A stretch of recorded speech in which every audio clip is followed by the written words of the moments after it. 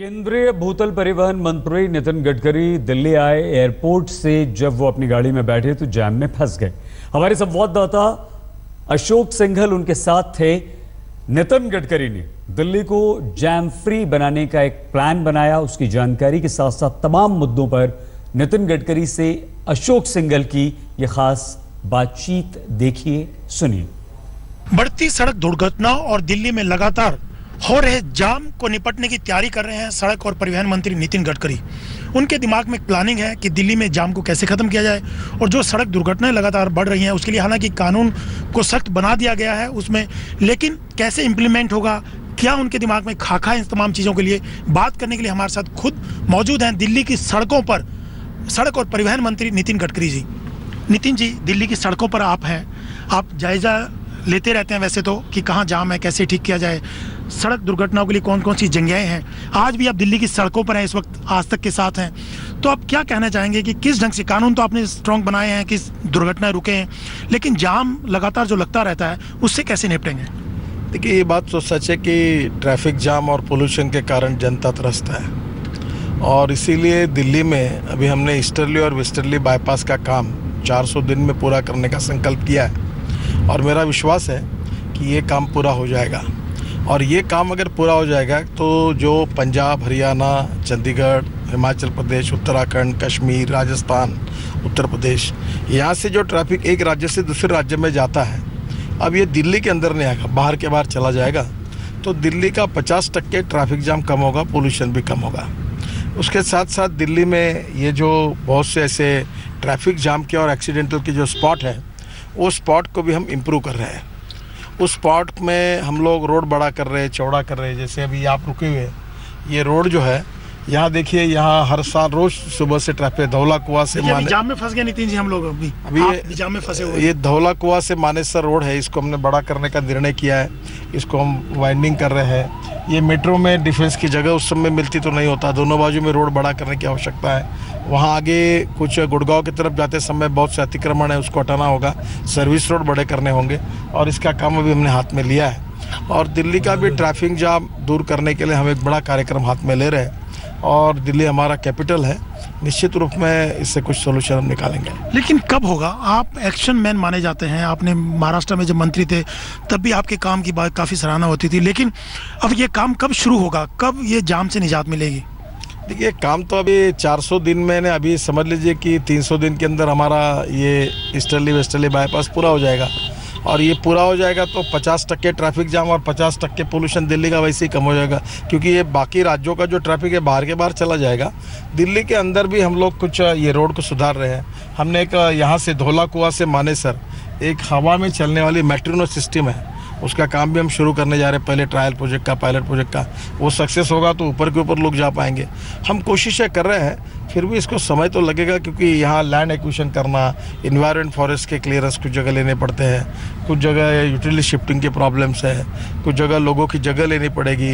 ये सब करने में कठिनाइयाँ जाती है। इसमें जो एक सकारात्मक और पॉजिटिव सहयोग चाहिए सबसे, वो अगर मिलेगा तो मुझे लगता है और जल्दी हो पाएगा। जब आप जाम में फंसते हैं तो कैसा आपको लगता है कि आप मंत्री भी हैं, सड़क परिवहन मंत्री हैं, जाम में अक्सर फंसते ही होंगे आप? ये जो है ना, ये जो धौला कुआं का स्टेशन है, यहाँ से ये कर्व है, अब ये इसमें अगर पहले से एक अंडरग्राउंड अंडरपास बन जाता इस रोड को जोड़ने वाला, तो मुझे लगता है यहाँ नहीं, अभी वहाँ से ट्रैफिक आ रहा है और यहाँ ट्रैफिक बंद हो गया।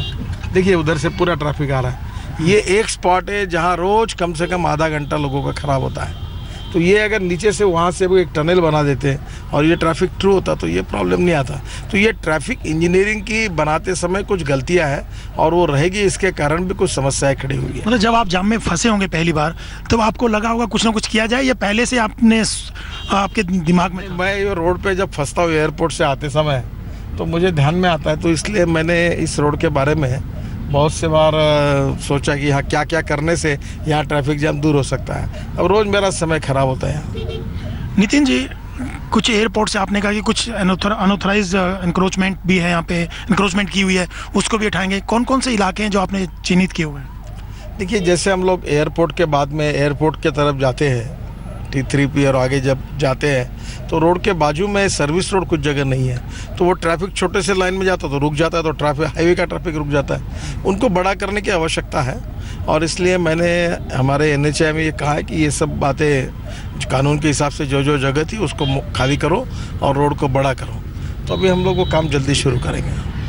इंडिया में सिर्फ चंडीगढ़ को अगर छोड़ दें, वहाँ पे वेल प्लान, थोड़ा सड़कें अच्छी हैं या रोड अच्छे बने, बाकी जगह उस ढंग से चीज़ें नहीं हैं नितिन जी, तो आपको लगता है उस पैटर्न पे क्या काम होगा? रोड इंजीनियरिंग ये बहुत बड़ा एक प्रकार की साइंस है, टेक्नोलॉजी है, और इसी के कारण एक्सीडेंट होते हैं। हमारे देश में एक स्पॉट ऐसा है जहाँ 200, 300 लोग मरे। इसका कारण उसमें ट्रैफिक रोड इंजीनियरिंग में गलती है।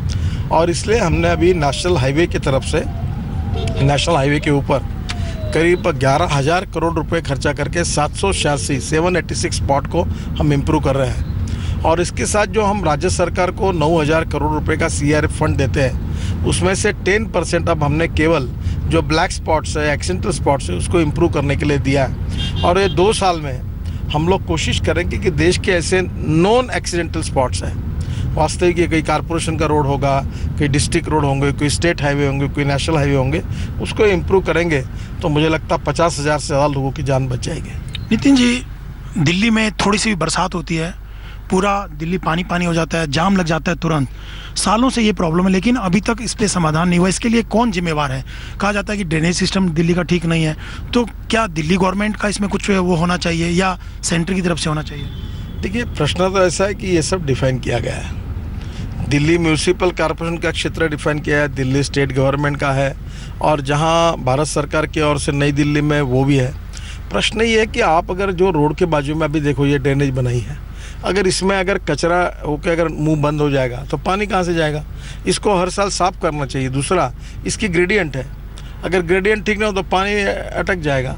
तो कहीं ना कहीं इसके बारे में बनाते समय जो टेक्निकली साइंटिफिक विशेष रूप से चिंता करनी चाहिए, वो न करने के कारण हमारे यहाँ काफ़ी तकलीफें आई है। मुझे लगता है कि इन सब बातों का बहुत ही टेक्निकली साइंटिफिक रूप से स्टडी करके, अध्ययन करके इन सब बातों को सुधारना होगा, तो लाइफ लॉन्ग अच्छी सिस्टम तैयार होगी। Nitin ji, motor vehicle act कानून में आपने अमेंड किया और सख्त बनाए गए कानून, लेकिन आपको लगता है कि वो इफेक्टिव होगा उसका इम्प्लीमेंटेशन, या अवेकनिंग की जरूरत है? कानून तो पहले भी मजबूत थे और मजबूत किए गए हैं, आपको लगता है अवेकनिंग की ज़्यादा ज़रूरत है, लोगों में जागरूकता की ज़्यादा ज़रूरत है? देखिए, लोगों के सहयोग के बिना तो कोई यशस्वी नहीं हो सकते हैं। आज देश में 30% बोगस लाइसेंसेस हैं, अल्टीमेटली एक्सीडेंट हो रहे हैं। लोगों के हित में है कि हमको इस सिस्टम को कंप्यूटराइज करना होगा, ई गवर्नेंस के साथ जोड़ना होगा। और अभी हमने तय किया है कि कंप्यूटर परीक्षा लेगा और वो डिक्लेयर करेगा पास और फेल। वो रिपोर्ट जब जाएगा तो 3 दिन के अंदर उसके बाद में उनको तुरंत RTO ऑफिस लाइसेंस देगा। बाद में व्हीकल रजिस्ट्रेशन के बारे में सिस्टम बनाई है। देखिए, कैमरे लगाएंगे, दूसरा भी रोड के बाजू में क्रैश बैरियर्स लगाएंगे, इसके बाद ट्रैफिक सिग्नल सिस्टम नहीं बनाएंगे, मार्किंग सिस्टम अच्छी करेंगे। देखो, ये सब बातें करने से स्वाभाविक रूप से अनेक लोगों की जान बच सकती है, एक्सीडेंट बचेंगे, एक्सीडेंट कम होंगे।